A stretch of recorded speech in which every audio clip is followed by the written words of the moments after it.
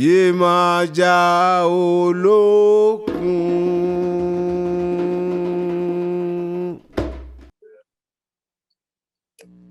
Oi, pessoal, boa noite. Tudo bem? Eu sou a Júnia. Estou aqui para apresentar brevemente para vocês esse projeto, meu projeto da Associação Filmes de Quintal, da qual somos integrantes, eu, Everton Cora, que está aqui com a gente também, Cora Lima. Esse curso que se propõe, né, a ter 4 encontros com diretores e diretoras, né, de filmes contemporâneos, e que tem muito assim a ideia de ser um incentivador também, né, para novas realizações e tal, né? Muitos filmes trabalham aí nessa questão de uma autoria que a gente percebe uma autoria muito mais heterogênea, diversa, né? Uma autoria que vem de vários lugares sociais hoje, o que torna o documentário, o cinema brasileiro muito mais interessante, né, nas últimas décadas, essa proliferação de vozes e de lugares, né, sociais e geográficos de produção cinematográfica, né? Então, esse curso aposta um pouco em trazer essas experiências aqui para vocês, nesses 4 dias de encontro, né? Eu peço para todo mundo que não tiver na hora de fala desligar, né? Assim, não acionar os microfones aqui, para desativar mesmo o som, por favor. E hoje a gente tem abertura aqui do nosso encontro, né? Esse primeiro encontro, que vai discutir 2 filmes do Adirley Queiroz, que é o Rap e o Canto da Ceilândia e o Dias de Greve. Quer escutar não depois? Gente, tem alguém aí que está com o mic ligado, eu não sei desativar. Rodrigo, é o Rodrigo. Perdão, gente, perdão. Não, valeu, obrigada. Obrigada, Rodrigo. Aqui tá tudo em casa, tá, gente? Bom, então, falando no Adirley, né, que a gente tem esses 2 filmes do Adirley hoje para conversar, e Fantasmas, né, do Rodrigo, do André Novaes, e a Abdução, do Marcelo Nin, né, que é aqui do aglomerado da Serra, um realizador muito jovem, que trabalha aí aqui na Serra, que é um bairro muito popular e populoso aqui de Belo Horizonte, um lugar incrível. Então, a gente vai começar a discutir esses 4 filmes e, como eu disse, a ideia é promover um encontro, né, com os diretores e as diretoras. Só que o que aconteceu hoje no nosso primeiro encontro, nossa abertura, o Adirley está com Covid. Então, ele ligou para a gente hoje e a gente vai estar com essa... A gente vai ter que adiar, na verdade, o encontro com o Adirley. Hoje a gente vai ficar aqui para conversar sobre os filmes dele, né, com o Everton e com vocês, com a participação de cada um, e remarcamos para o dia 12 de julho, então, esse encontro com o Adirley Queiroz. Tá? O Adirley está bem, está estável, está em casa, mas tem 40 graus de febre, tossindo muito, então se desculpou e hoje a gente não vai conseguir, né? A gente está nesse contexto aí. A Cora, que também está aqui com a gente na produção, também pegou Covid, eu peguei há 2 semanas atrás, então a gente está aí nesse barco, né? Nesse mundo que está sujeito a... Esse mundo quase no fim do mundo, né? Que a gente está sujeito a essas intempéries todas. Mas, enfim, eu queria dar as boas-vindas para vocês, né? Dizer que muito obrigada por todos que estão aqui com a gente nesse encontro. Pedir para vocês agendarem, se possível, então, essa terça-feira, dia 12, já está marcado com a Adirley, e os outros encontros vão acontecer normalmente, né? No dia 30 de junho, no dia 5 e 7 de julho. Né? No dia 30 vai ser com o coletivo Filmes de Rua, no dia 5 e 7 com Gabito e a Tati, Tatiana Carvalho, Gabito Gabriel Martins, e no dia 7 com o realizador Guarani Caiová, Guarani Andeva Alberto Álvares, Guarani, e o pesquisador Daniel Ribão. Então, vou deixar vocês aí com o Everton, deixar vocês em boa companhia, né? Mais uma vez convidando, então, para a gente retornar para o encontro com a Adirley dia 12, e agora a gente vai falar um pouco sobre esses filmes que vocês viram, né? Queria saber também, depois vocês podem comentar aqui se todo mundo está com acesso tranquilo, né, à filmografia aos filmes que vão ser discutidos aqui, porque essas falas, esses encontros são muito ancorados na experiência, né, de visionamento mesmo dos filmes e tal. Então, quem tiver ainda sem o link para assistir os filmes e tal, pode falar aqui no chat que a gente manda para vocês, tá bom? Então, boa sessão, bom encontro, e eu vou passar a palavra, então, para o Everton Belico, a quem agradeço muito aqui a companhia.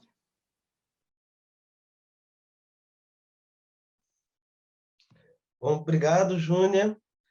Boa noite, pessoal. Boa noite a todos e a todas.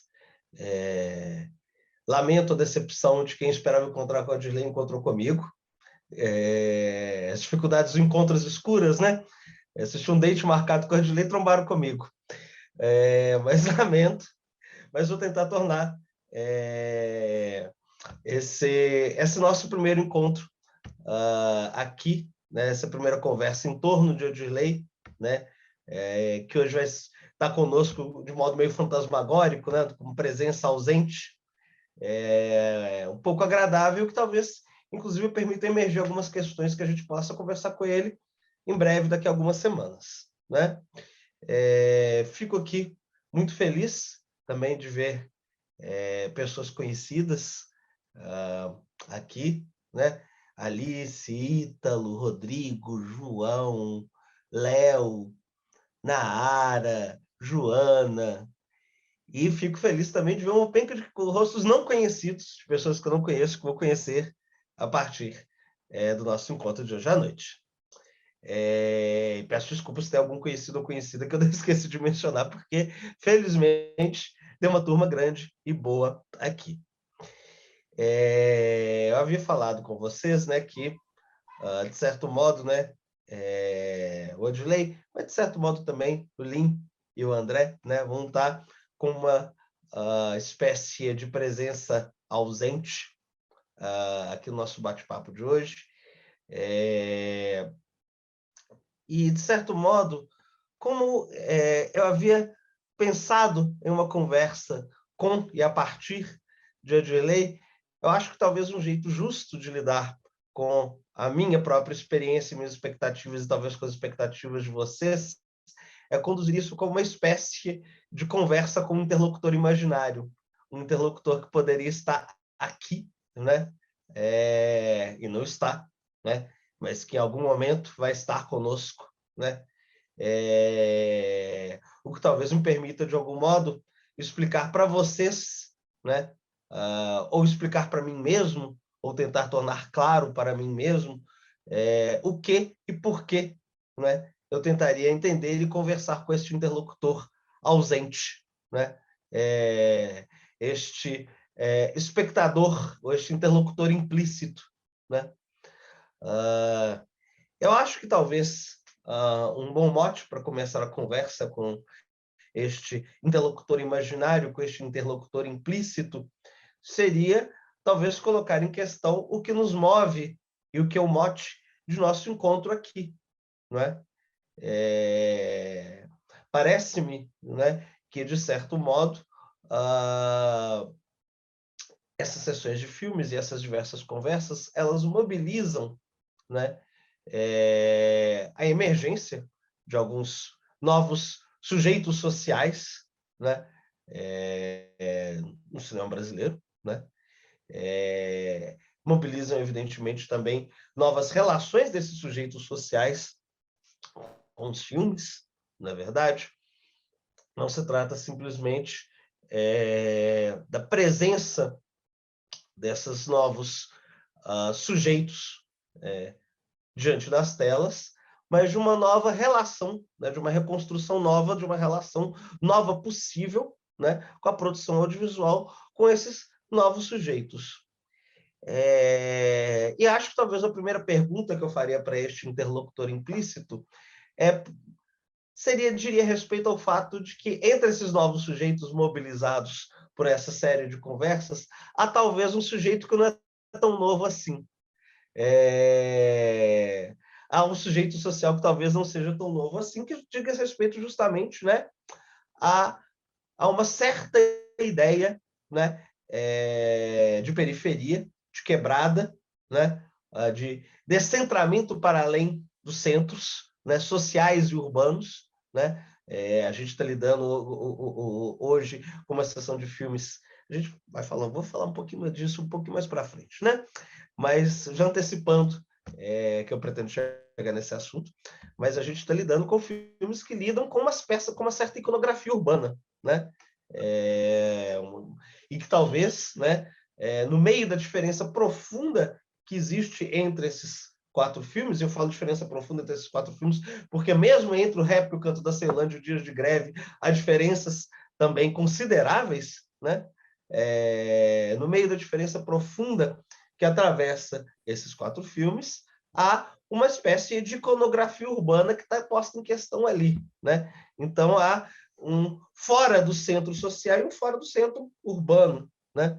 Há uma iconografia espacial e social, há uma paisagem humana, né, e urbanística que é mobilizado nesses 4 filmes.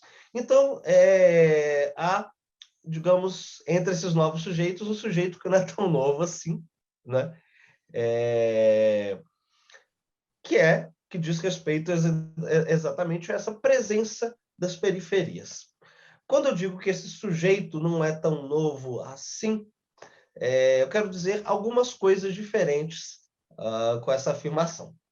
Uma das coisas que eu gostaria de dizer com essa afirmação é que, obviamente, continuamos falando em filmar a periferia, né? O debate cinematográfico brasileiro não se evadiu da questão de filmar a periferia. Só que né, o filmar a periferia e os sujeitos que filmam, que estão na periferia, os corpos mobilizados pela periferia, os olhares que mobilizam as periferias brasileiras, passam a serem refratados, né, pela associação entre o espaço da periferia e outros, obviamente, sujeitos que se inserem nesses mesmos espaços da periferia, né? Então, a gente tem, nos últimos anos, para além do filmar a periferia, a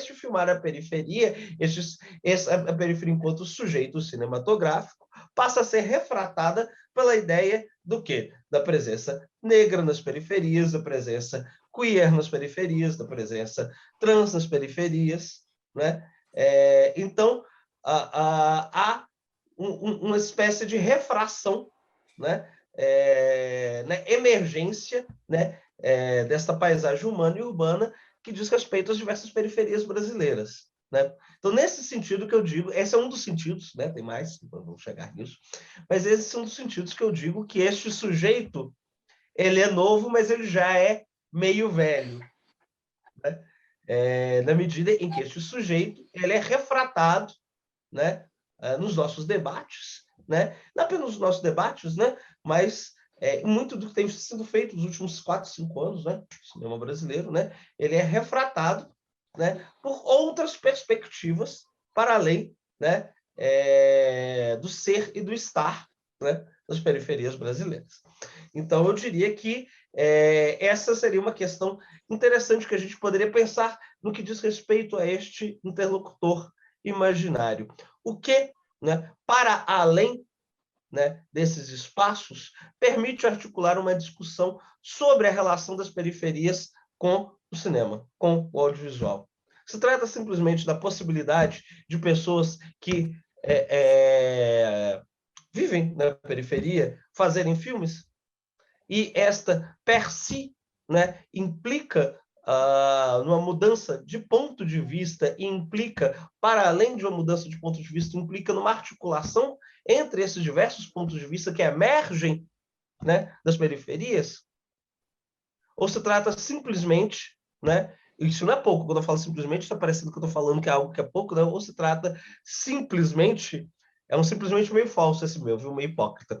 Ou se trata simplesmente, né, do fato de que a gente passa a ter, né, alguma espécie de dispersão, né, nos meios de produção, né, do audiovisual brasileiro. Alguma espécie, né, de recurso atravessa, escapa, né, um veio possível, né, escapa, né, neste país tão profundamente desigual e no qual, né, a produção e a circulação de bens simbólicos de algum modo, estruturalmente espelha esta profunda desigualdade brasileira, né? Então, a gente poderia dizer que é simplesmente isso, isso é simplesmente falso, né? Como falei com vocês, mas há o que exatamente, né? Que permite dizer que há uma nova relação, né?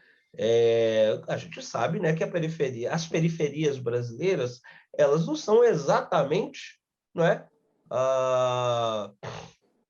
um tema, uma paisagem nova dentro do cinema brasileiro, né? A gente tem, né, algumas décadas, né, de filmagem das favelas, das quebradas, das periferias, dos subúrbios, né? Quando eu falo favelas, quebradas, periferias, subúrbios, obviamente eu estou falando, né, de termos que não são exatamente sinônimos, né?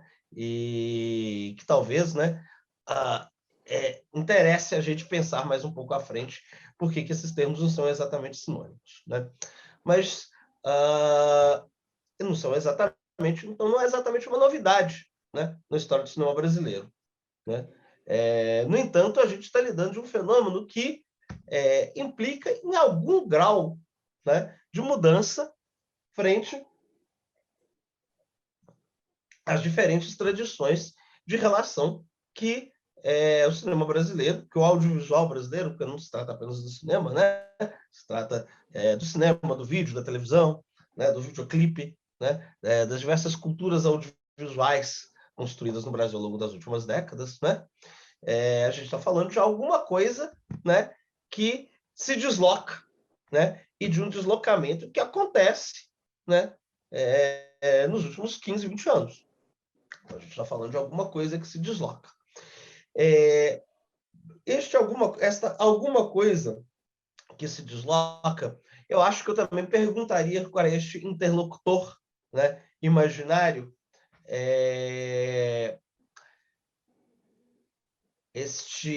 como que este novo sujeito social doravante, talvez não tão novo mais, né, eu perguntaria como que ele enxerga e por que ele enxerga, né? Como que se nasce, né?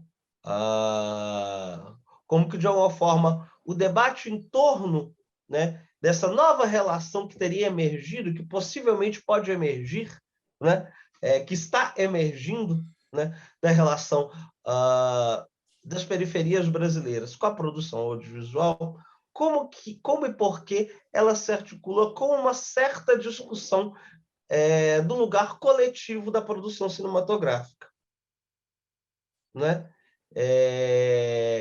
Isso é algo realmente engraçado, né? Porque isso parece, em primeiro lugar, apontar para uma espécie de insuficiência, não da produção, obviamente, das periferias, mas de uma espécie de suspeita de uma insuficiência da relação que o campo cinematográfico brasileiro estabeleceu, né, com esses novos sujeitos que emergem da periferia, né? É muito engraçado a gente pensar que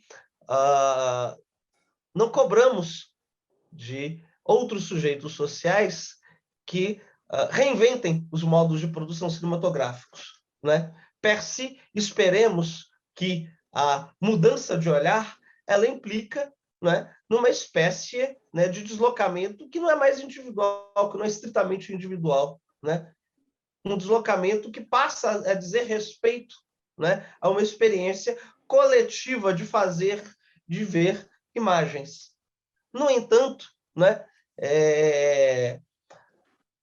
os debates, né, não apenas os debates, né, mas a gente vê, por exemplo, a gente pode pensar, inclusive, né, nos diversas políticas públicas que se construíram em relação ao audiovisual periférico, né, ao longo das diversas experiências. Tudo bem? Pode tomar sopa na mesa? Não? Oi? Só aqui. Opa, acho que alguém abriu o microfone, pessoal. Bom, as diversas políticas públicas, né, que se construíram ao longo da última década e meia, né, elas, de algum modo, né, elas impõem como expectativa uma espécie de reconstrução dos modos de produção, né? Uma reconstrução dos modos de produção cinematográficos, né? Como se, né, a periferia brasileira devesse se autoimpor como tarefa, né? Não apenas um deslocamento nas relações do audiovisual com a experiência periférica, com as experiências periféricas, mas devesse se impor também como tarefa uma espécie de reinvenção da autoria, ou da nossa ideia de autoria, ou do que a gente, às vezes, imagina ser o que é autoria. Então, eu acho que esse é um outro ponto curioso que a gente pode pensar a partir da nossa discussão de hoje. Como que, né, esta experiência renovada da relação do audiovisual com as periferias brasileiras implicaria numa espécie, né, de reinvenção, ou uma exigência de reinvenção da autoria a partir, né, de ideias de cinemas de coletivos. Né? Se a gente, né, for dar uma olhadinha, né, no debate crítico em torno da filmes de plástico e em torno da Dirley, né, a gente vai ver que durante anos a fio, né, as entrevistas, as críticas, né, falando sobre a produção tanto de Dirley quanto do trabalho, né, dos meninos a filmes de plástico, de André, de Gabito, de Maurílio, frisavam, né, o que seria um aspecto de autoria coletiva, ou de uma espécie de experiência coletiva que estaria refratada na autoria. E a gente pode também verificar, né, ao longo do tempo, em depoimentos e entrevistas, tanto de Edilei quanto de Gabito, de Maurílio, de André, né, como que eles, ao mesmo tempo, concordam que há um aspecto coletivo no que está posto ali, né? Mas, ao mesmo tempo, estabelecem limites sobre essa expectativa messiânica, talvez, né? Essa expectativa messiânica que muitas vezes é depositada, que é projetada, né? Essa expectativa messiânica que muitas vezes é depositada, que é projetada, né, sobre como que esta criação, né, cinematográfica que se faz a partir e nas periferias, né, deveria implicar necessariamente numa espécie de lugar coletivo em sua própria praxis, né, de construção fílmica. Acho que uma terceira questão que eu colocaria para esse espectador, para esse interlocutor imaginário, diria respeito, né, para esse interlocutor imaginário, diria respeito a como nós implicamos, né, nesta nova relação que se construiria a partir e nas periferias com o audiovisual, como que nós implicamos isto como uma espécie de ideia de sinceridade ou de autenticidade, né? Isso talvez seja menos pertinente para o trabalho do Edilei, que mantém um diálogo tenso com o documentário desde o nascedouro de sua produção, né? E esse diálogo, com o passar do tempo, fica cada vez mais tenso, né? Aquilo que é propriamente documental vai se esfumaçando, como se, né, o encontro com a realidade fosse se tornando cada vez mais custoso, né? Cada vez mais difícil, cada vez mais árduo o percurso que permitiria o encontro com a realidade e exigisse, portanto, mecanismos cada vez mais sofisticados, mais complexos, exigisse cada vez mais fabulação, né? Então, talvez isso seja um pouco menos pertinente para o Edilei, que mantém esse diálogo, como eu falei, tenso com o documentário e um diálogo que foi se tornando, com o passar do tempo, cada vez mais tenso, né? Como se o exercício de deslocamento, né, em relação aos tempos presentes fosse se tornando cada vez maior, né? Como se exigisse um desvio do olhar, uma espécie de descontextualização deliberada no gesto cinematográfico e crítico de Odirley, né? Descontextualização deliberada essa que permitia, portanto, né, ao final, reencontrar a base documental, né, de seu trabalho, né? E que a gente pode enxergar isto, né, presente, sobretudo, né, a partir de Branco Sai, Preto Fica, né, onde a gente tem o recurso, né, à ficção científica, o recurso à distopia, o recurso a uma certa, né, ideia, a uma certa cinematografia urbana, né, que não é apenas uma cinematografia, digamos, de invenção, de fantasia, mas uma certa cinematografia que diz respeito, né, a uma figuração da experiência urbana, né, enquanto lugar, ao mesmo tempo, né, de invenção possível, mas também, né, as cidades como a metáfora do presídio, né, é algo que vai se impor com cada vez mais força, né? A cidade como prisão, presídio, campo de concentração, né? Então, é como se este exercício de deslocamento fosse ficando cada vez mais forte, né? Mais intenso, né? O gesto descontextual, não contextual, mas descontextual, se radicalizasse, e isso que permitisse, né, o reencontro, né, com a base documental que está lá atrás, o Rap do Canto da Ceilândia, né? Um documentário que, né, como vocês viram hoje, de certo modo, reativa vários temas típicos, né, do que a gente poderia chamar de documentário de projeto, né, feito ao longo da primeira década dos anos 2000. Né? O hip-hop, o lugar underground do hip-hop, a arte produzida na periferia, como expressão da periferia, o lugar de dignidade dessa mesma arte produzida na periferia, né? As dificuldades da possibilidade de construção de uma carreira artística na periferia, né? Vários temas que fazem com que esses personagens do Rap O Canto da Ceilândia sejam, de certo modo, né, Madame Bovary Semois, né, sejam também espelhos de questões que povoam o cinema, né, e o modo como a Odirley pensa seu próprio cinema. Né? Então, ao mesmo tempo, né, que a gente fala de cinema de coletivos, né? Estou retomando a questão do passado, mas vou voltar à questão anterior, mas eu vou voltar a essa questão que estou falando agora, né? Ao mesmo tempo que a gente fala de cinema de coletivos, a gente vai ver, por exemplo, tanto, né,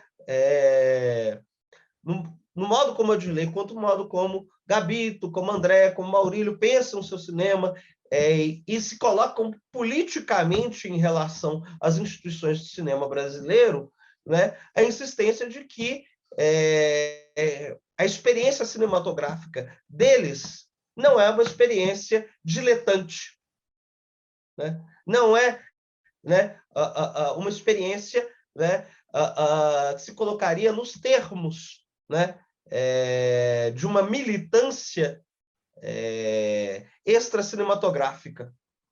Né? Essa militância deles é interna ao cinema, né? Este lugar político deles é interno ao cinema. Né? Então, portanto, né, na medida em que essa militância é interna ao cinema e que este lugar político é interno ao cinema, né, você vai ver de modo muito candente tanto a Odirley quanto o Gabito, quanto o Maurílio falando, olha, a gente depende de recursos públicos.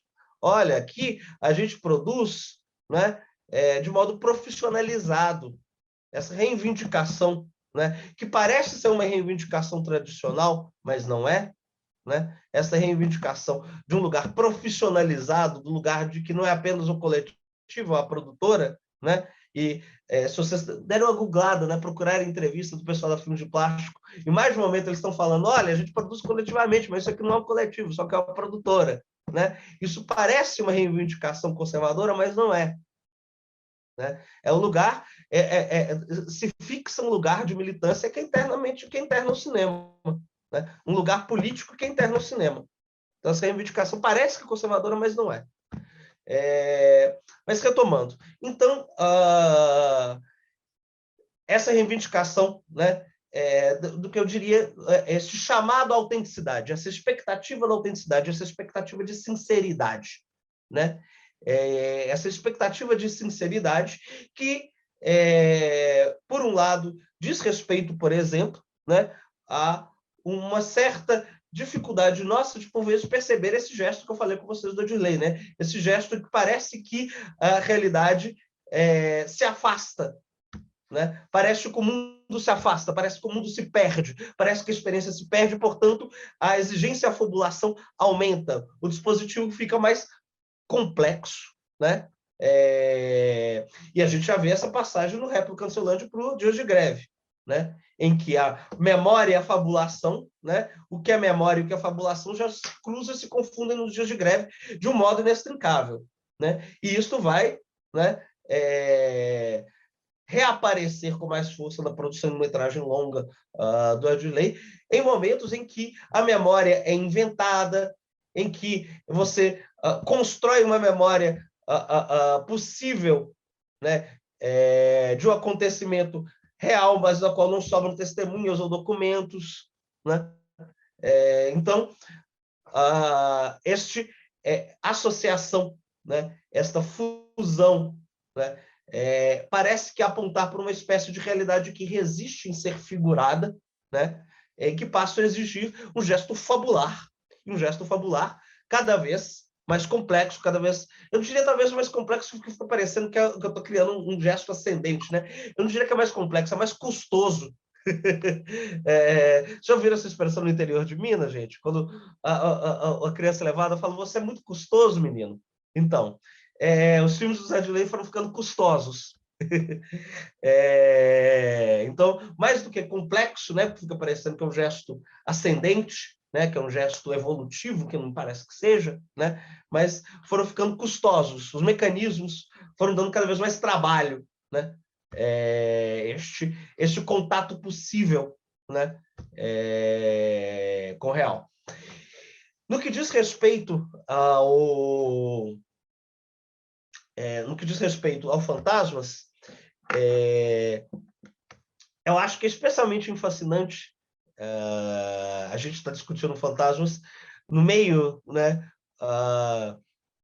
de uma mostra que é atravessada pelo cinema documentário, porque ele é não apenas um filme que é, enfim, vou falar o óbvio, ululante, né, que é um filme que é estritamente ficcional, mas é um filme que é um jogo de máscaras, né?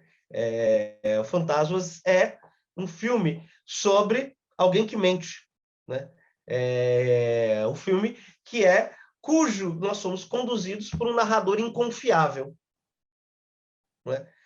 Então, eu acho que é o filme que talvez nesse conjunto aqui que a gente está vendo, talvez mais radicalmente recoloque nossas expectativas, ou as expectativas que o campo cinematográfico usualmente colocou, né, do cinema da periferia como este lugar da sinceridade, como este lugar da autenticidade, né? Porque é um filme que tematiza, né, que está em sua estrutura, né, a impossibilidade, né, dessa sinceridade, né? É um personagem que não apenas mente, mas é um personagem que mente sobre si mesmo, né? Então nós somos conduzidos por um narrador inconfiável e um narrador que engana um amigo, né? Um narrador que protela, né? Então ele é um filme sobre não apenas um jogo de máscaras, mas é um filme sobre decepção de expectativas, né? Mais do que simplesmente, né? Obviamente eu poderia falar uma coisa razoavelmente óbvia sobre o Fantasmas. Olha, gente, Fantasmas é cinema da periferia porque você tem um personagem da periferia que está filmando com uma câmera. Este é um jeito razoavelmente óbvio. Eu já li mais de um texto assim, e eu acho que é uma perspectiva muito ruim sobre o Fantasmas. Acho que é um jeito que não dá conta, né, da sofisticação e da complexidade do gesto, né, do André ali. Porque mais do que simplesmente a gente ter, olha, temos aqui alguém da periferia que está filmando, que está falando sobre o que nós vemos diante de nós na imagem. Só que o complemento disso ele está falando, só que ele mente. Ele mente, né? É um narrador inconfiável, né? Então, é um filme que, mais do que ser um filme sobre um homem ciumento, sobre um stalker, né?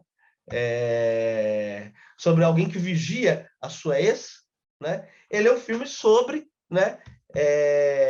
Como não confiar em quem te conta uma história, né? Mesmo que essa história seja de alguém da periferia falando sobre a periferia. É um filme sobre como suas expectativas podem ser decepcionadas, né? Ao esperar, né? Uma certa sinceridade daquele espaço, de uma certa visão sobre aquele espaço. Eu acho que é muito fascinante que o Fantasmas esteja na base, né, da cinematografia do Andrezeira. Eu acho muito fascinante porque o Andrezeira, mais do que todos, é aquele que carrega mais pesadamente esta carga, né, da expectativa da autenticidade, né? O Andrezeira é aquele que filma a si próprio, é aquele que filma, né, que filma seu relacionamento com a Élida, é aquele que filma a sua mãe, é aquele que filma seu pai, que filma seu irmão, né? Então, acho especialmente, portanto, né, mais do que ser visto, né, como um documentarista, né, o Andrezeira, não raro, é visto como aquele que tem uma exigência de sinceridade que é superior até, talvez, ao próprio cinema documentário. Então, eu acho que é especialmente fascinante que na base do cinema de André esteja um jogo de máscaras. Que na base do cinema do André esteja alguém que te avise, não confie no que eu conto para você. Né?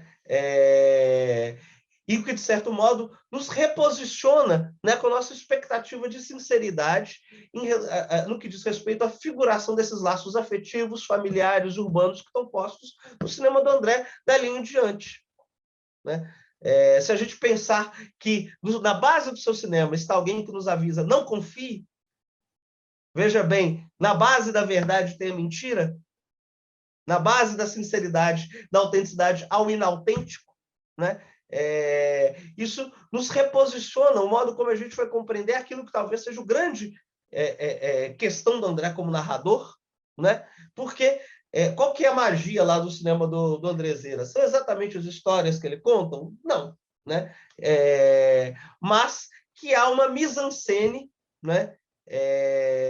Há uma espécie de mise-en-scène que está posta ali, né? Há um gesto de pôr aquelas pessoas que vivem e contam aquelas histórias, vivem e contam porque não raros os personagens do André são narradores, né? Se a gente for ver, Ela Volta na Quinta, até a gente tem aquele belíssimo, Ela Volta na Quinta, aquele belíssimo trecho, né, do Nato, né, enquadrado em plano americano, falando longamente para André, que está no extracampo, né? Não raros os personagens do André são narradores, né? Então, os personagens que vivem, né, e contam aquelas histórias, há algo, né, mais do que aquelas histórias estão sendo vividas e contadas, né, há um modo de estar nessas histórias, né, que talvez chame mais atenção, especialmente chama muita atenção sobre o trabalho do André, né? Há algo numa mise-en-scène que é simultaneamente roteirizada e improvisada, né? Que é um traço especial do trabalho do André. E que eu fico pensando, tem um belíssimo texto, né, do Ismael Xavier falando sobre os Ganzerla, em que ele fala, olha, no final dos anos 60, no começo dos anos 70, há um novo tipo, né, um novo jeito de conduzir a câmera, né, que exige um novo tipo de corpo em cena, que exige um novo tipo de ator em cena. E esse novo tipo de ator em cena, ele doa seu corpo de modo que ele é, ao mesmo tempo, personagem em si mesmo. Né? Pensando que o André, inclusive, é um grande fã de Rogério Ganzerla, eu sei que ele gosta, e é um cineasta importante para ele, talvez, de certo modo, isto, né, que Ismael fala de Rogério, não apenas de Rogério, seja reposicionado em outros termos, né, no cinema de André. Mais do que, né, uma brincadeira em família, você tem uma conspiração, tem um complô. Mais do que uma brincadeira em família, você tem um punhado de pessoas que se juntam para te enganar, para enganar você, espectador, a nós, espectadores. Né? Então, mais do que, né, convidados, né, talvez nós estamos sendo sequestrados por esse jogo de máscaras. Então, inclusive, né, é algo que a gente vai ver, né, atravessar outros filmes, seus colegas, né, de filmes de plástico, né? O complô, a conspiração, a mentira, né? No meio da sinceridade, né? As histórias estão sempre falando, né, de artifícios. Lembra um pouco mais de um mês do André, né, em que a gente tem um artifício que projeta a cidade em reverso no teto do quarto, né? Então, artifícios, mentiras, né? Complôs, jogos de máscaras, né?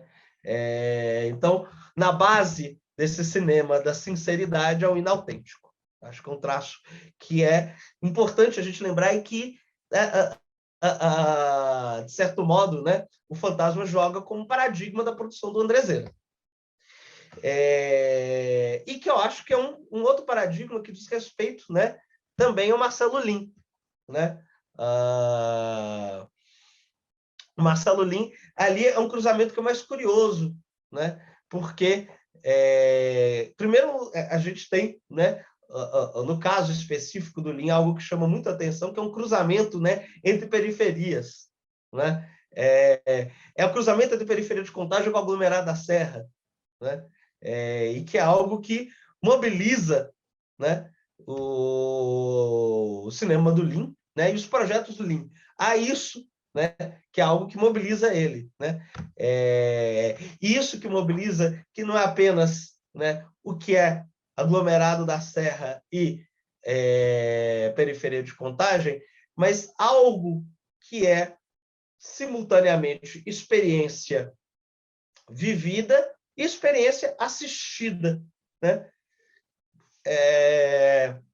O Lin é, talvez, desses diretores que a gente esteja falando, mais explicitamente cinéfilo. Né? É muito engraçado dizer isso, né?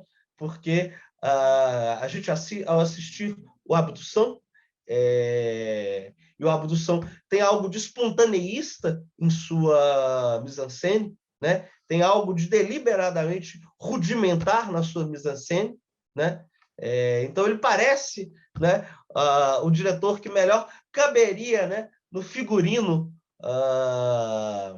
na roupa do que a gente gostaria de chamar, né, de um diretor naif, né, de um artista naif, de um artista ingênuo, né, por causa desse traço que a gente vê no Abdução, que é um traço que é deliberadamente rudimentar, né, que é deliberadamente grosseiro, né, no modo de construção da sua mise-en-scène, só que ele, simultaneamente, né, ele é o diretor mais cinéfilo, né, mas cinéfilo não, mais explicitamente cinéfilo, né? É aquele que mais explicitamente aquilo que é memorável e é pessoal se cruza com outro artifício que é o do cinema, né? A Vovozona, né, não é apenas o apelido do Léo Gordo, é um apelido que remete a um filme, né? É um apelido que remete a um filme, é um apelido que remete a um filme de um ator negro, um filme com um ator negro, né? Então, toda aquela trama meio misteriosa, né, que atravessa o Abdução, e há algo de mistério quando eu falo nessa trama, porque parece que, por vezes, o filme aponta para lugares diferentes. Né? Parece que o filme, a certa altura, se desinteressa dessa trama meio misteriosa e se atém ao fascínio pela experiência e pela vida daquelas pessoas que estão ali. Né? Então parece que o filme, de certo modo, se move meio preguiçosamente, né, no trato com essa história, porque ele se deixa perder por aí, né? Ele se deixa, um filme devaneante, né? Um filme devaneante em sua estrutura, né? Ele se deixa perder, né, por vezes no fascínio por aqueles encontros que estão sendo promovidos, e quem conhece o Lin é um traço dele, né? É um sujeito fascinado pelo encontro, pela promoção dos encontros, né? É um traço pessoal dele. Então, a gente tem esse filme que é devaneante, né? Muitas vezes porque há este fascínio pelos encontros, né? Só que há algo, né? Que, novamente eu retomo, né? A presença do artifício, né? Essa presença do artifício, né? Ela se infunde tanto numa sobreposição entre o que é memória pessoal, anedota deliberadamente grosseira, vulgar, que remete, né, a uma vida cotidiana, comezinha, simples, é a molecada que chama o Léo Gordo de vovozona, né, mas que remete também a uma espécie de experiência audiovisual, cultural, partilhada, né? Então, é como se a sinceridade ali, né, ela fosse necessariamente mediada, né, por um conjunto de artefatos, né, que são artefatos, obviamente, de comunicação de massa, do que nós chamamos de indústria cultural, mas também de uma relação peculiar que se estabelece na vida comezinha com esses artefatos da indústria cultural. Enfim, falei pra caralho, né, gente? Peço desculpa se eu falei muito. Eu acho que seria legal agora a gente abrir para conversa. Você não acha, Júlia? Acho sim, acho que seria massa. Colocar quem quer dialogar com o Everton nessas questões que ele levantou a respeito dos filmes, né? Algumas questões importantes, algumas questões polêmicas, inovadoras. Então, queria ouvir o pessoal que está aí, quem quiser abrir o microfone, participar, comentar.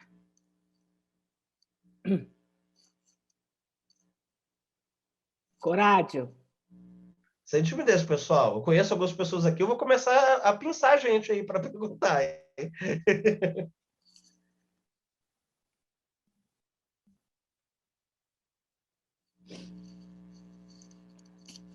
Deixa eu, então, eu vou puxar... Desculpa, só para puxar um pouco alguns comentários que você fez, sobre, por exemplo, a novidade, né, do sujeito periferia e tal. Eu queria te perguntar, assim, né, do seu ponto de vista, claro que eu acho que tem que essa periferia como sujeito, né, ela tem inclusive uma longa já presença e tradição, né, no cinema brasileiro, não só no cinema documental, no cinema ficcional também, né?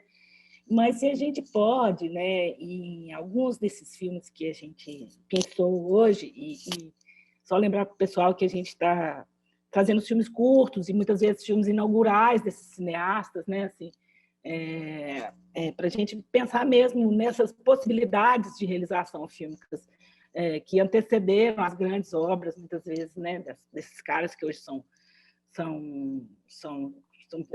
cineastas com obras em vários festivais internacionais, um pouco até para incentivar também, né? A gente tem uma parceria aí com o programa de formação em audiovisual da prefeitura, do Arena, né? Para incentivar também essa galera a assistir esses filmes, né? Como os filmes iniciais, assim, tipo, é possível fazer, né? Mas, enfim, mesmo que a periferia, claro, como sujeito, ela tem uma longa já tradição, né, no cinema brasileiro e não só no documentário, né? Mas o que a gente poderia, e aí parece uma questão óbvia, mas eu ainda insisto nela, né? Ver de próprio, né? De diferente, de inovador, de certa maneira, quando os sujeitos periféricos entram na cena da autoria cinematográfica, né? Assim, eu realmente me parece que existem cenas que são de fato filmadas mais de dentro, né? Existe uma voz mais de dentro. Se a gente pensa, por exemplo, nos filmes que a gente assistiu naquela mostra incrível do Fórum Doc sobre os territórios, as ocupações e filmes incríveis dos anos 70 nas periferias de São Paulo, ainda é muito a nossa visão classe média, né, sobre a periferia, né? Aquela cena da fogueira, do filme da Dirley é muito próximo, é muito filme com a galera, é muito filme com os amigos, né? Assim, essa desconstrução da autenticidade, da sinceridade nessa análise brilhante que eu acho que você fez do Fantasmas aqui, né? Ela não aconteceria, né, de outra forma. Por exemplo, a Favela da Serra, o aglomerado da Serra, simplesmente, ele praticamente não foi filmado, né? Assim, ela é um espaço sem imagem autoral, sem cinema. Deu um certo nos olhos de Mariquinha, né? Tem esse filme. Tem o filme do Elvésio, né, do Raton, que queria reconstruir uma favela cinematográfica na Serra, que a gente teve que batalhar muito para ele fazer o filme da rádio lá dentro. Não dá para filmar no morro. Ele não acreditava que dava para filmar no morro, né? As pessoas acham que não dá para fazer cinema no morro.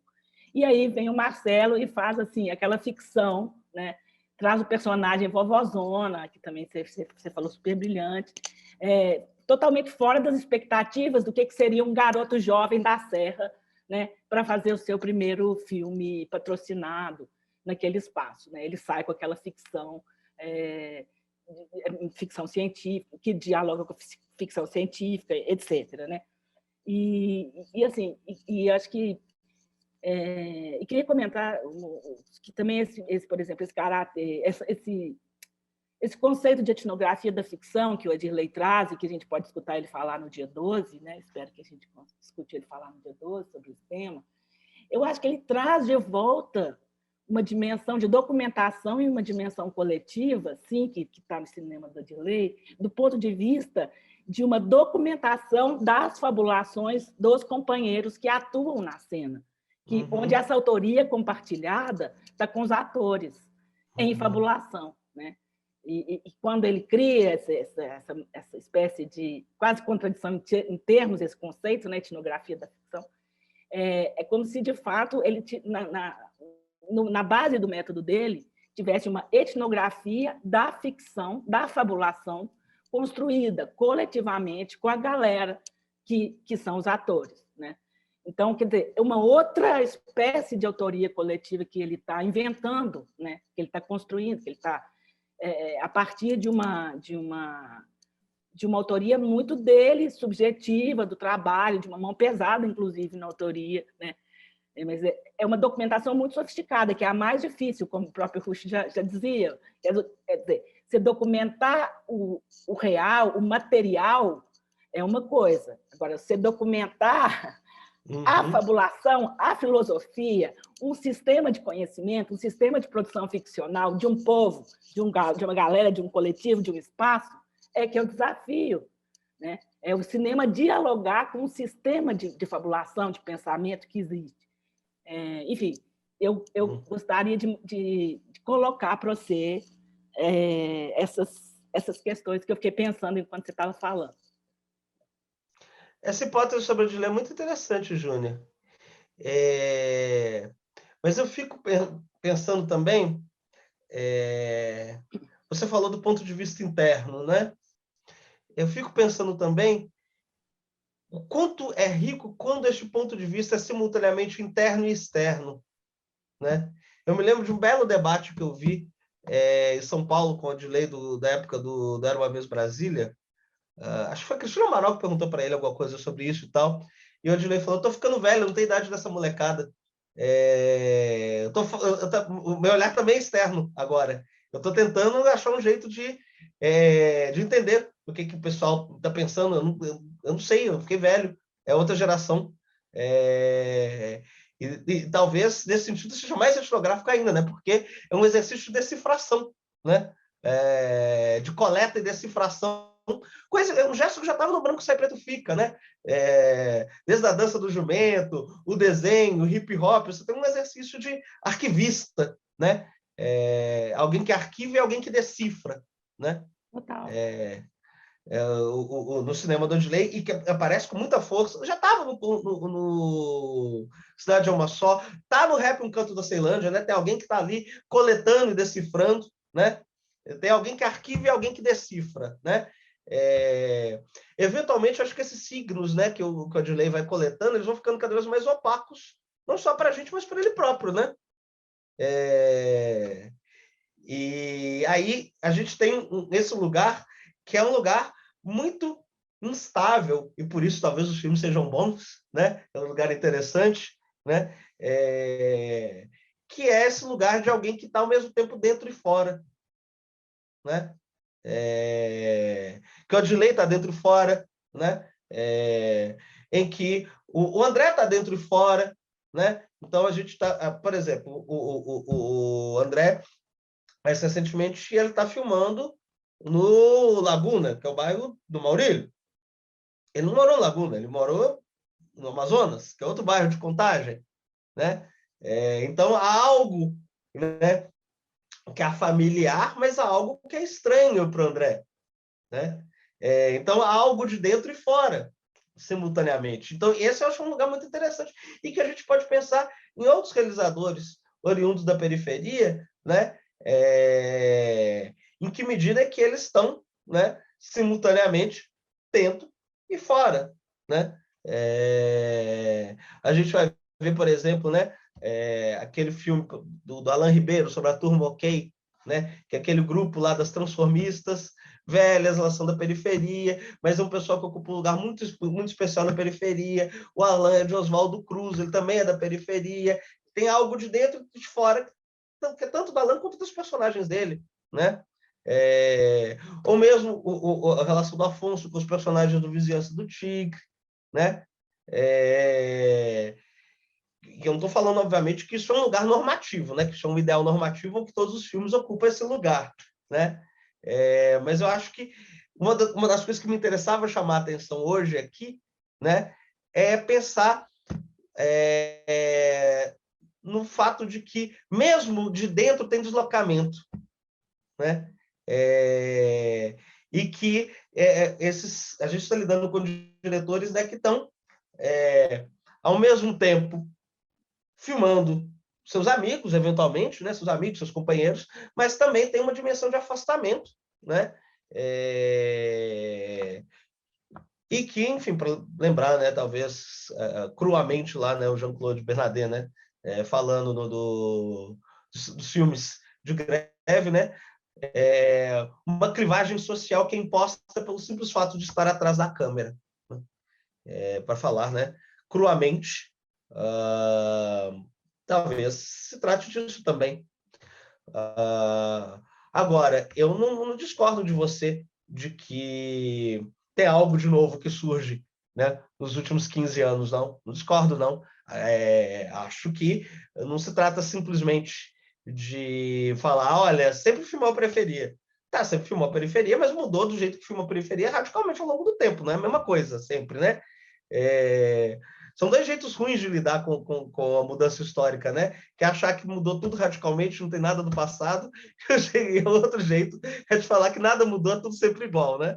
São os dois piores jeitos de lidar com a mudança histórica, são esses, né? Mas eu acho que tem uma mudança, sim. Agora, me chama a atenção como que, né, essa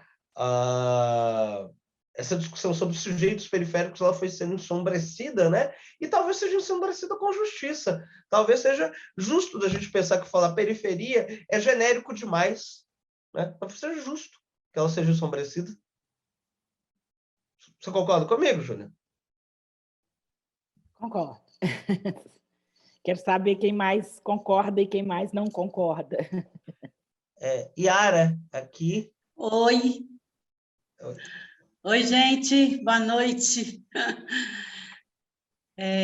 Boa noite. Boa noite. Então, eu assisti hoje à tarde os 4 curtas, né? E uma coisa, assim, eu não sei, eu tô pensando muito nos corpos, né? De como esses corpos aparecem nesses filmes. Primeiro, são corpos de homens. E eu fiquei assim, né? Não sei se é porque eu estou estudando muito os filmes das mulheres e tal. Então, esses corpos de homens é a primeira coisa que eu queria, assim, colocar, né? E a outra é que é uma frase, logo no começo, no primeiro filme, né? Que ele fala assim, a imagem que a gente quer só vai aparecer quando a gente estiver editando, colocando isso para publicar. Nas reportagens que a gente dá para as TVs, ele até cita e tal, né? Só aparece a imagem que ele fala assim, ele fala a imagem... Ai, o que é minha letra aqui? A imagem bonita, a imagem que não é a nossa imagem. Então, isso por um lado, né? Então, eu comecei a pensar em todos esses filmes, que imagem é essa, né? Por isso que conversa com o que vocês falaram, né? Que imagem é essa que... Será que esse dentro e fora, esse estar perto e se afastar, né? Será que tem jeito de estar dentro, só dentro, né? E eu queria que vocês, assim, que a gente conversasse sobre esses corpos desses homens, né? Eu achei interessante ver todos esses homens juntos hoje à tarde. Então, achei muito... E no Fantasmas que não aparece homem nenhum, mas a gente os vê o tempo inteiro, né? Então, era, sei lá, tocar nesse assunto, assim, brincar com isso. Boa noite, obrigada, viu? Eu que agradeço pelas questões, Yara. Enfim, vou começar pelos corpos masculinos. Eu concordo inteiramente contigo. A gente está vendo, né? Isso talvez seja, né, o gesto. Não me parece que isso vale para o conjunto do escopo da produção das periferias ou do conjunto do escopo da produção sequer desses cineastas, não. Acho que não. Acho que as coisas vão mudando, né? E que os interesses vão ficando mais plurais. Mas eu acho que o gesto inaugural, né, desses três realizadores, de algum modo, né, se há algo de tradicional ali, né, se há algo que se filia, né, a uma linhagem de figuração, né, dos espaços periféricos, como que o corpo que habita privilegiadamente, né, o espaço público, né, desses espaços é o corpo masculino, né? Então, se há algo, né, de mais especificamente tradicional, é o fato de que você tem uma iconografia em que os personagens, né, a paisagem humana, para além da paisagem urbanística, é uma paisagem humana que é sobretudo masculina e que as interações que se dão em espaço público são privilegiadamente masculinos, né? Não, novamente, não parece que isso vale para o conjunto da produção do Edley, que isso vale para o conjunto da produção do André, que isso vale para o conjunto da produção da filme de plástico, né? Tanto que logo depois do Fantasma, está lá o Maurílio dirigindo 15, né? Então, acho que isso não vale para o conjunto da produção deles, ou para o conjunto da produção feita nas periferias, mas, de fato, neste escopo, neste corpus que a gente está lidando, né, a gente tem um gesto que é um gesto que tem história, né? É um gesto que ele não surge do nada, ele não cai do céu, né? É um gesto que tem história. Que gesto que tem história é este? É esse gesto no qual o espaço público, né, quem habita as ruas, né, desta arquitetura periférica são, sobretudo, corpos masculinos. Então, esse gesto ele tem história. Eu concordo com você. A gente está falando, sobretudo, de homens, de experiências de homens, de vidas de homens, de corpos de homens, né? E que esse gesto, né, ele tem história, né? Ele não surge do nada, ele diz respeito, né, a uma certa iconografia das periferias. O Léo Aires também mencionando aqui o Temporada, tem o Temporada, o próprio Lin está com um filme inacabado que não é exclusivamente masculino, tem, dentro da filme de plástico, você tem o 15 do Maurílio, a gente for pensar na produção feita nas periferias, a gente tem inúmeros outros exemplos que contemplam experiências femininas, né? Agora, este corpus, especificamente, eu concordo que a Ara está certa, e eu acho que esse gesto, eu preciso compreender que é um gesto que tem história, né? É um gesto que diz respeito, né, há uma certa estrutura do modo de ver, né? Modo de ver e modo de dizer, né? Modo de fazer, né? De construir, né? Perspectivas sobre a periferia, na qual o espaço público é, sobretudo, o espaço masculino, o que, diga-se de passagem, não é exclusivamente um modo tradicional de pensar só as periferias, não, né? Essa associação entre o mundo masculino e o mundo público, né? Não diz respeito somente à periferia, né? É uma associação consideravelmente tradicional, né? E que, né, ela não raro, né, diz respeito, né, muito fortemente ao modo como a gente figura nossas cidades, né? E a periferia, obviamente, não escapa disso. Sobre a outra pergunta que você fez, se haveria um modo de estar só dentro, né? Eu não sei se haveria um modo de estar só dentro, não saberia te dizer, mas será que vale a pena estar só dentro? Acho que eu te devolvo essa pergunta. Será que a gente faria filmes melhores se a gente estivesse só dentro? Será que a experiência da periferia estaria melhor lá se a gente estivesse só dentro? Quando você fala que a gente precisava, né, construir, editar, filmar, editar nossos filmes. É muito engraçado, né, que o mais antigo desses filmes que a gente está discutindo hoje seja o Rap, o Canto da Ceilândia, né? Onde nos discursos do Rap, o Canto da Ceilândia, a gente tem uma coisa que é meio fundante da experiência do hip-hop brasileiro e que é um dos traços, né, que mais explicitamente demonstra o hip-hop como movimento social, né? O hip-hop não é apenas experiência musical, mas um movimento social, né? Que é a crítica à comunicação, né? Há uma crítica às mídias, né? Que atravessa o discurso, né, dos personagens lá explícita e implicitamente, né, do Rap, o Canto da Ceilândia, e que é um gesto muito tradicional, né, do hip-hop enquanto militância política, né? Se, de certo modo, não sei se todo mundo aqui escutou, recomendo vocês escutem lá a conversa do Mano Brown lá com a Sueli Carneiro. Quem não escutou, escute, recomendo, com muita veemência. Se, de certo modo, né, o hip-hop de São Paulo dos anos 90 é filho do feminismo negro, de certo modo, talvez, né, a relação, né, uma tentativa de reinventar as relações, de reinventar a dialética, a dinâmica entre o dentro e o fora, como foi posto pela Yara, né, talvez essa tentativa de reinventar dos últimos 15 anos seja ela própria filha do hip-hop, né? Ou de uma certa, né, crítica política, né, às mídias, que nasce dentro do hip-hop, que é muito forte do hip-hop. Enfim, estou aqui viajando, tá, gente? O Léo comentou aqui que também tem um gesto autobiográfico nos filmes, né? Comentando, não tinha visto. Comentando um pouco sobre essa questão dos corpos masculinos e tal, né? E eu acho que nos filmes da Dirley tem muito disso mesmo, que a gente, quando, né, ouviu ele falar sobre os primeiros filmes, que eram experiências essas coletivas com os amigos, né, com as pessoas próximas, com quem dava para fazer, né, filme junto, tá, de madrugada. Os filmes do Dirley sempre são muito noturnos e tal. Ele falou que muito era questão de trabalho, a galera trabalhava de dia e fazia cinema à noite na Quebrada.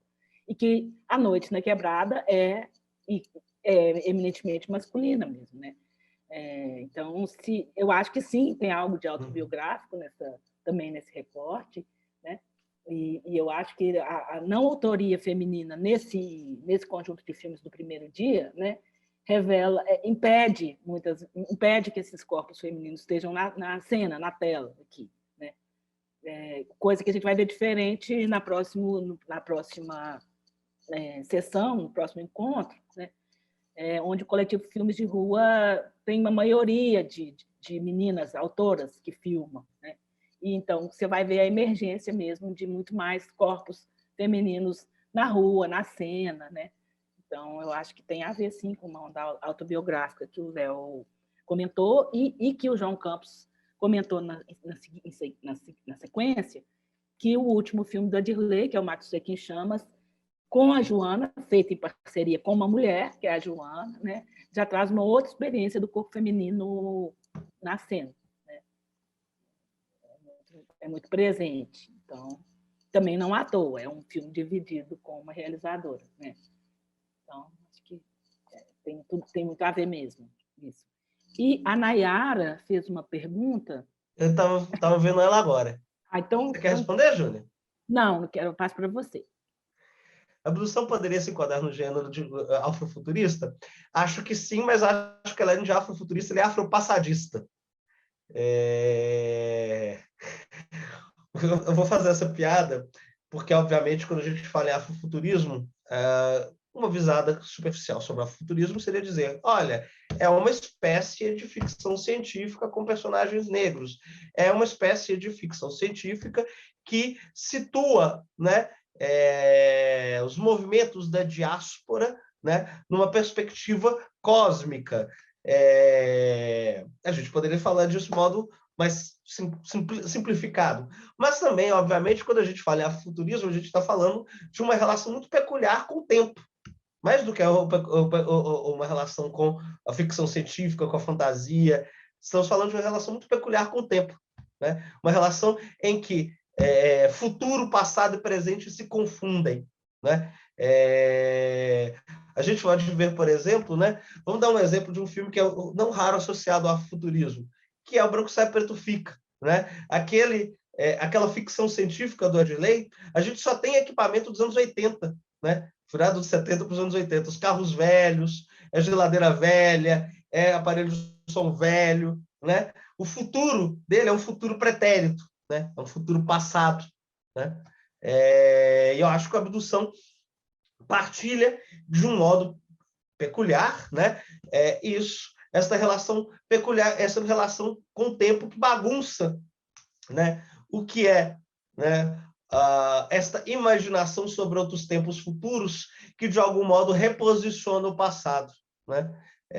Então, há toda uma espécie, né, de memoráblia do bairro, de memoráblia cinematográfica, televisiva, né, de memória das mídias, né? Há uma espécie de memória das mídias fossilizada, né? Presente ali no abdução, e que bagunça, né?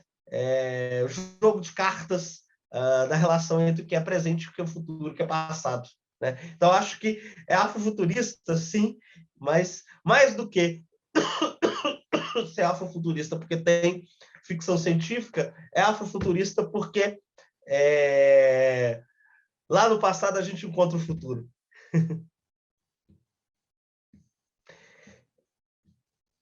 Que é isso, eu que agradeço a pergunta, Nayara. Vocês têm mais questões, pessoal? Eu tenho uma, Everton. Estava esperando para ver se o pessoal tinha mais perguntas. Estou pensando, na verdade, né? Você trouxe tantas coisas aí. Estou aqui anotando, que não doido, para não esquecer depois. Obrigado pelas palavras. Então, é o seguinte, eu queria te perguntar, né? Você falou desse sujeito, né? Social do presente do cinema, que não é tão novo assim, né? É sujeito, né? Os personagens periféricos, ou a própria periferia como espaço, assim, né? Como óculos. Que você acha que mudou, assim? Sobretudo, estou pensando na figuração da periferia do cinema da retomada, para esse cinema que surgiu logo após, nos anos 2000, 2010, né? Em que surge, como o Júnior falou, como que os sujeitos periféricos entram na cena da autoria, né? O que isso produziu, assim, de variação estilística, assim, na figuração da paisagem urbana para você, Everton? Porque eu sinto que lá atrás a periferia era mais um cenário, sabe? Um pano de fundo. E agora parece que a periferia se tornou protagonista, assim, sabe? Isso produz, assim, alguma coisa, eu acho, em termos estéticos. Desculpa, falei demais. Não, que é isso. Estou pensando no que você estava falando, João.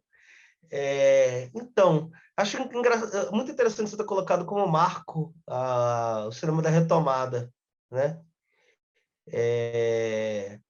Até porque o cinema da retomada tem uns filhos estranhos na relação com a periferia, né? Porque se a gente pensar, por exemplo, o Brother, do Jefferson D. Jefferson D é da periferia, o Brother é totalmente cinema da retomada, mas não é também, né? Ele aí não é cinema da retomada, né? Então, ele é um filhote estranho da retomada, e é um filhote estranho, né, da relação com a periferia. Aliás, a própria trajetória do Jefferson Dahl é uma trajetória estranha, é uma trajetória que interessa, uma trajetória estranha. Quando você fala de paisagem, que é um pano de fundo, eu concordo contigo que é um pano de fundo, não raro, porque muitas vezes a gente tem uma mise-en-scène que é muito pesada, né? Uma mise-en-scène que é muito pesada, e aí eu acho que a gente tem uma coisa que talvez seja uma discussão que a gente possa ir mais no core das coisas, que é como representar uma experiência que não é estritamente individual, que é coletiva, que se dá ali nas periferias, né? O cinema da retomada, a gente tem frequentemente, né, uma pretensão épica que se resolve em cenas com grandes coletivos, grandes conjuntos de atores em cenas, né, com a sobreposição entre o master shots, né, master shots que figuram esse grande conjunto humano em cena, com decupagem, né, que individualiza dentro desses grandes conjuntos humanos, né? Então, essa é uma estratégia característica, né, de um certo cinema da retomada, de figurar aquela experiência como coletiva. Você viu o Pai da Rita, do Joãozito, João? Não, não vi. Que eu estava em cartaz agora. Foi o último filme que o Zito fez antes dessa série sobre o PCC. O Pai da Rita é um filme muito curioso, porque as cenas de escola de samba e tal, elas são infernos. É isso. É o Cacá Diegues filmando escola de samba. Pesado. Exatamente isso. A escola de samba parece só o famoso colorido local. Né? É o temperinho de um negócio que é absolutamente indiferente. Né? As cenas coletivas, de modo geral, não é apenas escola de samba, porque é um filme feito na vai-vai, né? Mas tem cena na Parelha Luísa, a mesma coisa. Agora, quando o Zito sai dali, né, ele faz um belo filme de câmara, e aí o Bexiga, que é o cenário, o Bexiga está sempre mostrado, né? Ele é paisagem, só que ele é uma paisagem que refrata aquela experiência íntima da conversa a dois, né? Conversa a dois, conversa a três, né? Então ele está sempre o Bexiga sendo visto através de uma varanda, de uma janela, da porta de um bar, da porta de uma padaria, né? Então eu acho que para ir ao core, né, disso que você estava colocando, talvez mais do que a gente ter uma mudança no modo de figurar, que implica, obviamente, uma galera que está trabalhando com estrutura de produção muito pesada, né? Com muita gente em cena, com muita grana, com 3 caminhões de elétrica, uma fortuna, um caralho a 4, né?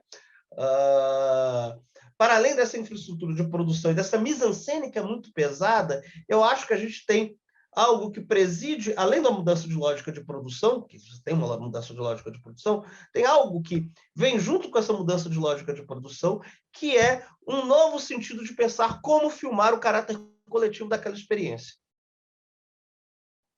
O caráter coletivo daquela experiência, ela não precisa de você enfiar 40 atores em cena, correndo no meio da favela, para você mostrar que aquela experiência é coletiva.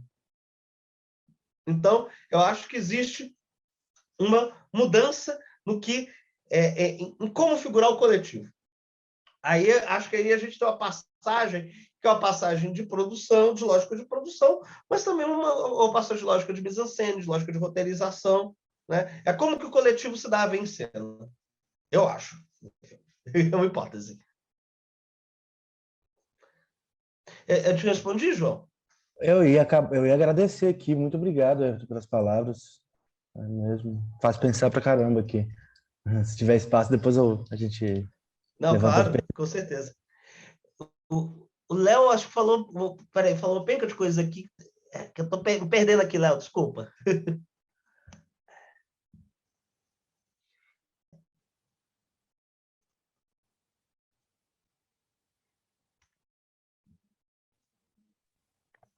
Ô, Everton, eu estou saindo da Covid, minha voz está uma... Não, deixa de...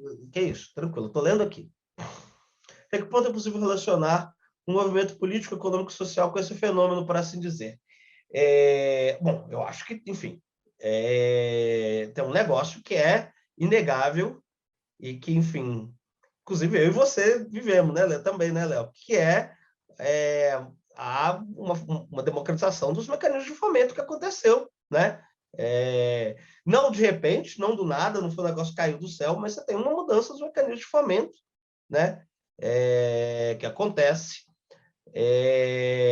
a partir de 2005, 2006, uma mudança paulatina, e a gente tem um momento virtuoso que dura uns 10 anos, né? Então, o fato de que não apenas você passa a ter mais filme feito na periferia, como você passa a ter filme feito na periferia com mais grana, né? E que permite que gente que é oriunda da periferia se profissionalize como fotógrafo, como diretor, como roteirista, né? É um fenômeno que não dá para dissociar de uma política de democratização de recursos, né? E eu acho que, ao mesmo tempo, é muito engraçado que... e falo isso sem nenhum ímpeto negativo em relação a isso, mas como essa geração de cineastas, por o cinema tornado possível, né, por essas políticas públicas, também foram a geração de cineastas que melhor percebeu, né, as contradições do projeto político que tornou possível a emergência desse cinema, né? Eu já falei isso com o Odilei, fica puto comigo, que o Cidade é uma Só é um filme fora todos. É completamente fora todos, porque o que a gente tem? Qual que é a oposição de base ali do Cidade é uma Só? Cidade é uma Só é o filme em que você tem, né, o sistema político encarnado na arquitetura de Brasília, encarnado no espaço de Brasília, né, que se opõe, que suga, que se apropria, que bloqueia uma vitalidade, uma força que está nas periferias, né? É totalmente fora todos, né? O Cidade é uma Só. Mas a gente poderia citar outros exemplos, né? A gente pode ver, por exemplo, Brasil S.A., do Pedroso, que não é um realizador da periferia, mas que é um realizador que é fruto desse momento histórico, né? A gente pode ver, por exemplo, né, o amargor diante da dissolução da experiência coletiva do proletariado brasileiro que aparece no Arábia, né, onde a gente tem além de João Dumas, a gente tem o Afonso como diretor oriundo da periferia. Então, Ciancine, FSA, não apenas o Cine FSA, os pontos de cultura, o Fundo Nacional de Cultura, tornam possíveis, né, esses novos meios de produção. São os filhos desses novos meios de produção que mais agudamente perceberam as contradições do projeto político que tornou possível essa geração de cineastas. Então, eu acho que a gente estava falando, né, do estar fora e estar dentro. Esse é outro momento de estar fora e de estar dentro, né? São cineastas que, ao mesmo tempo, são fruto, né, desse momento histórico, mas também são diretores que estão flagrando, né, a finitude e a contradição desse momento histórico. Exato.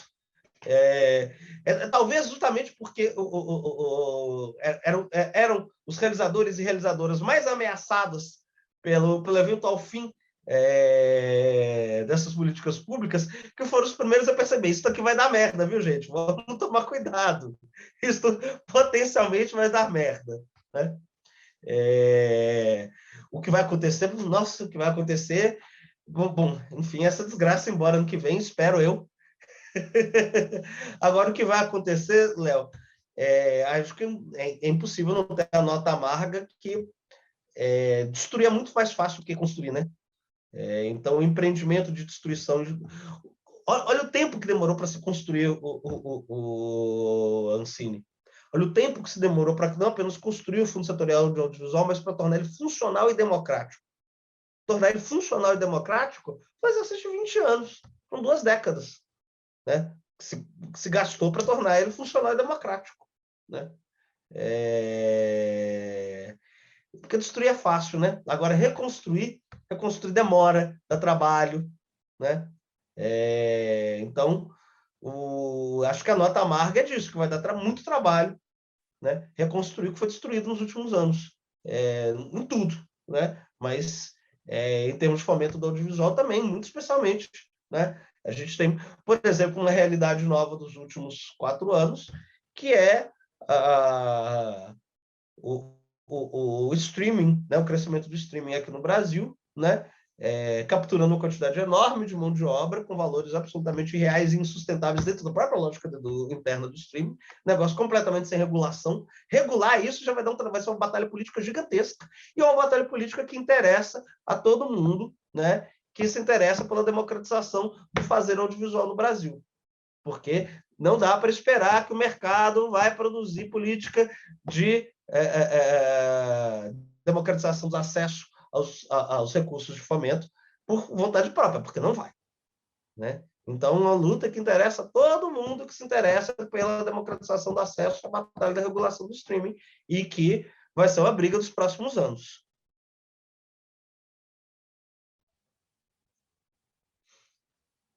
Mais questões, pessoal? Te respondi, Léo?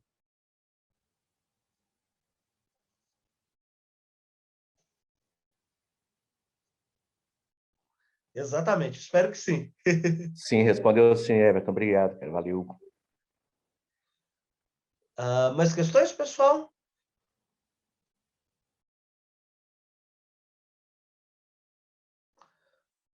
Você quer encerrar, Jups? Podemos. Se o pessoal não tiver mais questões, estou aqui. Se tiver, dou-lhe uma, dou-lhe duas, dou-lhe 3. O povo que sabe. Mas então, é isso, gente. Lembrando, então, né, da nossa próxima encontro, que já é quinta-feira, e, né, assim, incentivando todo mundo a voltar na quinta, para a gente discutir com as diretoras do filme de rua, né? Os 2 filmes delas já estão nessa lista que circulou, e junto com o filme Entre Nós e o Mundo, do Fábio Rodrigo, né, que é um filme que eu gosto muito, um filme incrível, que todos deveriam assistir. Então, convidando vocês, né, para o próximo encontro, lembrando que no dia 12 teremos, se tudo der certo, né, e já marcado com ele, a Dirley aqui com a gente, para comentar seus trabalhos iniciais, e esperamos contar de novo com a mediação do Everton, né? Avisar que vai ficar gravado depois que o curso terminar, a gente vai disponibilizar no canal de YouTube da Filmes de Quintal, tá? E lembrar de quem não assinou a lista, assinar, porque quem quiser vai ter certificado de participação e etc. E queria, né, agradecer muito aí ao Everton, que segurou aí a discussão, foi ótima. Espero que todos tenham curtido. Agradecer a todas e todos que estão aqui com a gente, que permaneceram, né, todo mundo aí até agora, tá bom? Então é isso, Everton. Eu queria mais uma vez te agradecer e convidar você para continuar aí com a gente nos próximos encontros também, tá bem? Eu que agradeço muito, Júnior, agradeço muito o convite, agradeço muito a oportunidade de estar com todos e todas aqui. Muito feliz de ver pessoas conhecidas, muito feliz de conhecer pessoas que eu ainda não conhecia. Então, um grande prazer estar com todos e todas. E espero que a gente possa se ver em breve, dessa vez com a Dirley, que vai estar melhor em breve. Vai estar sim. Então tá bem, gente. Beijão para vocês, todos que estão aí, todo mundo aí participando, né, no bate-papo, agradecendo. Muito obrigado mais uma vez a todos, em especial ao Everton e à Cora Lima, que está aqui no apoio pela Filmes de Quintal. Então, o Cine Quintal continua aí, né, nos próximos dias de junho, terças e quintas, e de julho. Tá? Um beijo para todos. Boa noite aí para vocês.